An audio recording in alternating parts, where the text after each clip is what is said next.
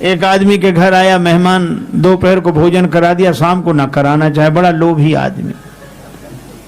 अपने बेटे से बोला कि हम जब मेहमान के पास बैठे हो तो शाम का भोजन पूछने आना क्या बने। बेटा पूछने आया, मेहमान बगल में। शाम को पिताजी भोजन क्या बने, दाल क्या बने, साग का क्या बने। वो आदमी बोला शाम को फिर भोजन, थोड़ी देर पहले तो मेहमान के साथ भोजन किया ही था। हा?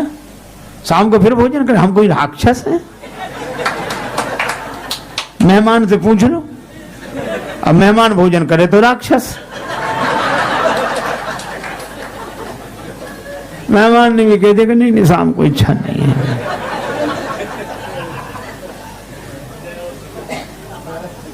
एक महात्मा किसी के यहाँ निमंत्रण में गए, एक वृद्धा माता भोजन की थाली लगा दी, पंखा लेके बैठ गई।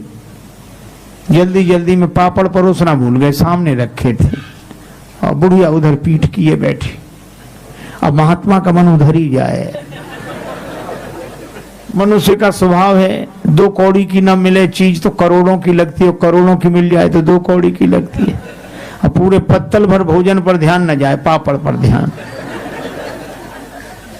रहा नहीं गया, मांगे तो शर्म लगे। बुढ़िया से बोले माता जी भगवान की बड़ी कृपा जो आज तुम्हारा दर्शन हो गया। क्यों? रास्ते में सांप मिला, बड़ा लंबा सांप। कितना लंबा? यहां से वो पापड़ की थाली रखी। बुढ़िया बोले अरे महाराज पापड़ परोसना तो भूल गई। महात्मा बोले हम तो बता रहे थे कि सांप कितना लंबा था। तो वो लोग कई बार बहाने से भी बात कही जाती है कि नहीं?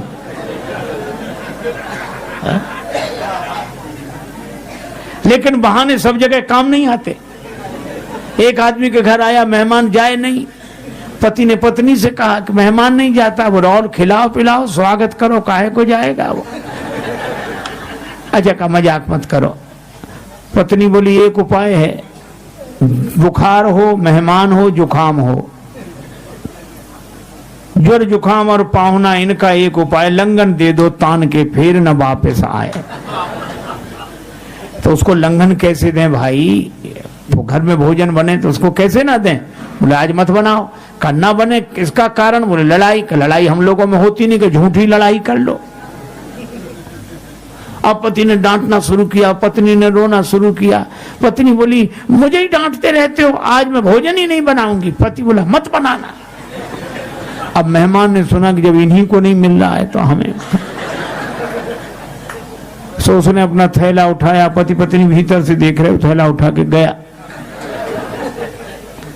पति बोला पत्नी से कि काहे को रो रही, हम तो झूठा डांटा था, कोई सच्चा थोड़ा ही।